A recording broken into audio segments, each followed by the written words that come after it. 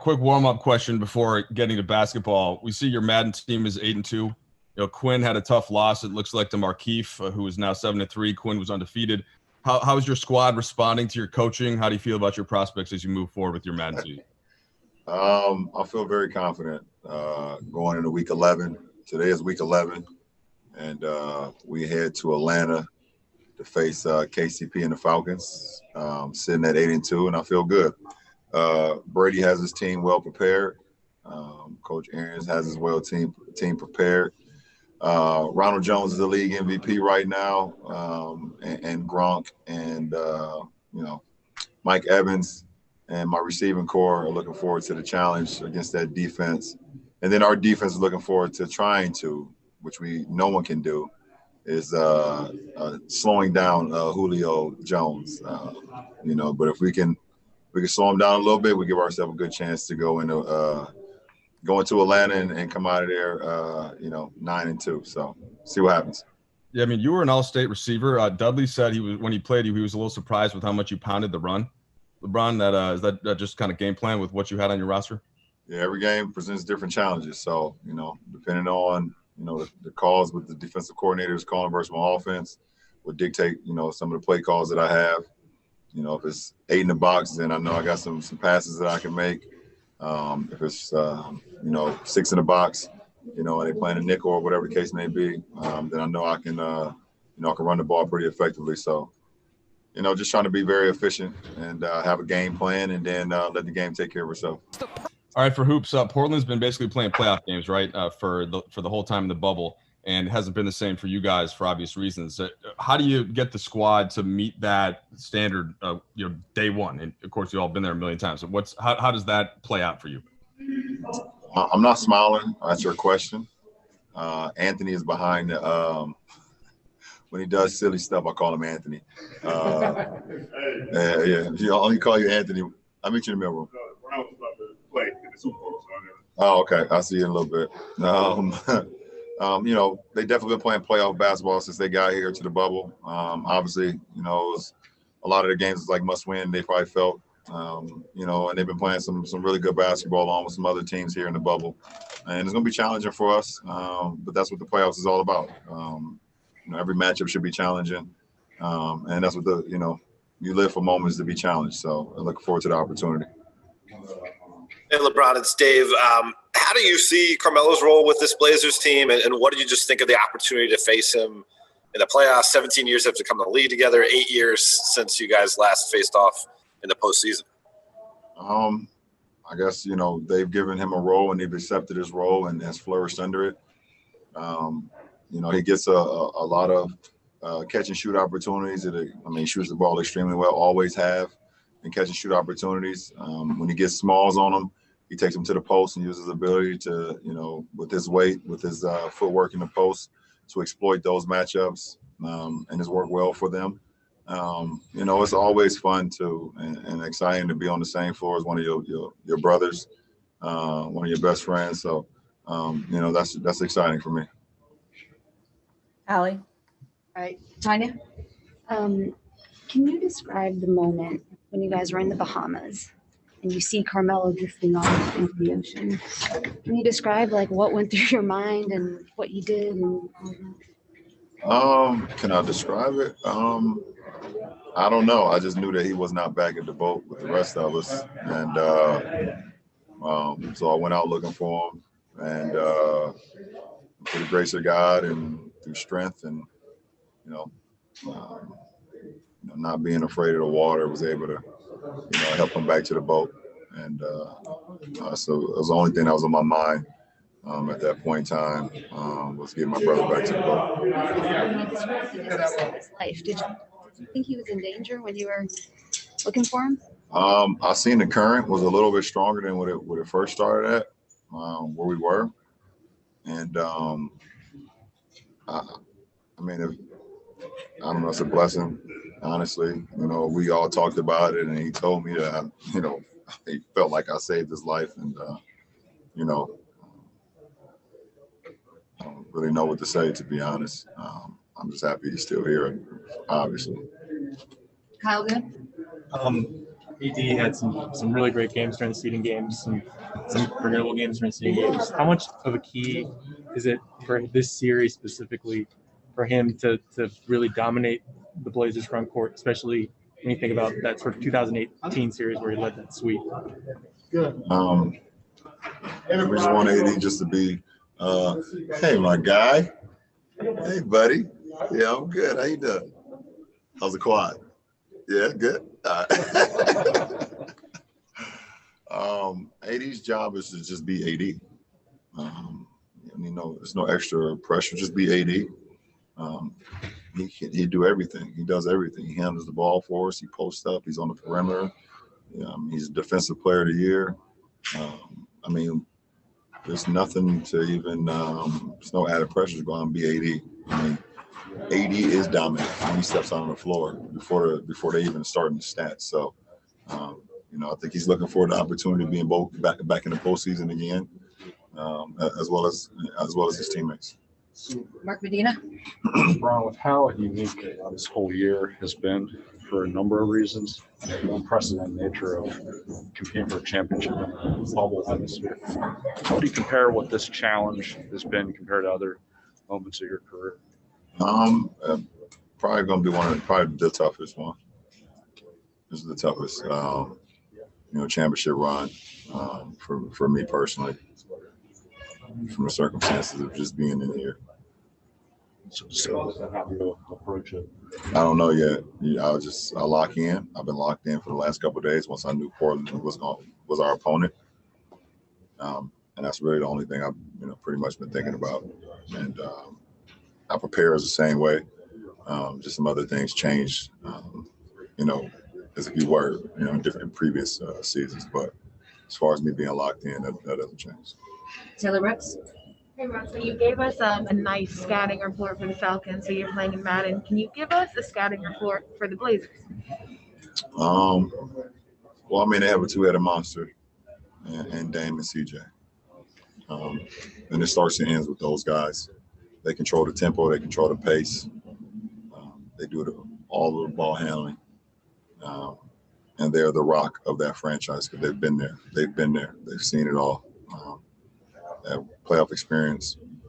They have chemistry between the two of them.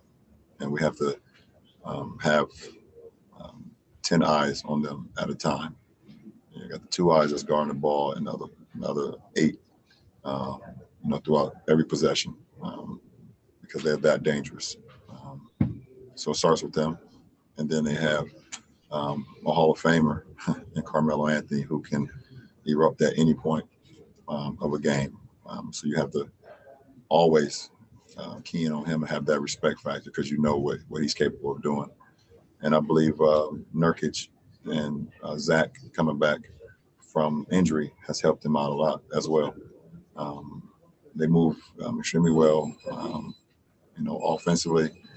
They're one of the best scoring teams in the bowl. I'm sorry, not one of them. They are the best scoring teams in the seeding games. So you have to get stops and have to get multiple stops. And you can't try to outscore them because they can score with the best. But they're not your typical 8th seed. I don't think they've ever been an 8th seed if they were healthy all year. And that's my mindset. I'm not going in as a 1 seed versus 8 seed. I'm going in with this is the Lakers versus Portland. So I've already thrown that out of the window. So I won't be going in with my guard down. Brian Mahoney. Thank you. Going back to a couple of questions ago, around with how difficult this may be and all that. It's been a long time since you played a playoff game. You were hurt last year, and Not that long. well, for you, it's a couple of years. We're used to you doing this every year. I don't know. Did you ever sort of take for granted I'm going to be there every April, and we weren't sure if this was going to happen this year? No, I don't take anything for granted. I live life every day. I maximize that day. I don't take anything for granted because at the end of the day, I know where I come from. I know what I stand for. So I don't take anything for granted, especially being in the NBA. It's my 17th season. I don't go into any season saying, okay, playoffs, championship. I'm all about the process. And whatever is at the end of that process, then I'm grateful for it. And I go in with the mindset is always preparing myself mentally, physically, and spiritually to be able to encounter anything that happens. Last year was an injury that I had to deal with for the first time in a long time that basically had me out from the majority, the most I've ever been in my NBA career. So, you just take it, you take it with that and you learn from it and you just continue to just push forward. Last few questions with Jared. LeBron, you said that you're locked in since you found out that it was Portland. What's different about playoff mode for you in this environment, and are you fully there right now? I don't know what's different for me in this environment. As far as me locking in on an opponent and individuals, that hasn't changed. What's different is this is the environment. I'm not home. I'm not with my family. I'm not in my own bed. I'm not in our practice facility. I'm not preparing to be at Staples tomorrow with our fans. I'm not with a lot of things that's essential to my everyday regimen. So that's what's different. As far as mentally, that's always going to be sharp. Okay. Joe Varden. So Melo makes the Blazers better. He came in for Rodney, who got hurt, and he's boosted any number of things. They signed him as a free agent, and the Lakers could have had him. Is there any, frustration or just kind of shake your head that you end up playing against him in the first round when he was available? No, I think everything happens for a reason, and everything works its way out how it's supposed to. Obviously, I would have loved for him to be a Laker at that point in time, but I'm not sitting here today saying, damn, he's supposed to be a Laker. He should be doing that for us. No, because what he's doing for them is what it was already written. It was already written. If it was written for him to be a Laker, he would have been a Laker. But I think, through the grace of God and through the grace of him being patient and him finding the right opportunity for him to succeed and be who he is, it landed him in Portland, and there's no envy for that. It's only praise and excitement, and it's like I'm just grateful for that he's back here, back in the position where I knew he belonged. It's pretty cool. It's pretty cool. All right, and Tanisha, I think you have the last one. Yes. Uninterrupted. Hello? Can you hear me? We can hear you now. Hi. So switching gears just a little bit, LeBron, obviously you're wearing the I Am More Than an Athlete hat, and you had an open letter for the More Than a Vote with you and some of your other artists and other athletes. I'm just curious what you hope people take away from that letter and just moving forward with that campaign as we look ahead to the November election. That we're serious, so serious about what's going on in America, about our communities, about voter suppression, about just the lack of knowledge, the lack of people who care for them. And we put a team together to be able to give our communities the resources to let them understand what their rights are. There's a lot of people who grow up in the inner city, one, are afraid to vote because of previous convictions or something that's happened in their life, and they've been lied to for so many years of why they can't vote, or they don't believe that their vote count, so they don't even go. We want change. We ask for change in our communities, and we want the people in our communities to know if we want change, we have to make it ourselves. So we're giving everyone the tools, the outlets, through the grace of the Lakers and the relationship with the Dodgers. My team was able to be able to use that as a place for polling. Through my relationship with Lloyd Pierce, the head coach of the Atlanta Hawks, That's another location down there in a huge state of Georgia, in a huge state, in a huge city of Atlanta. That's a lot of Black people, a lot of predominantly noticeable Black people down there.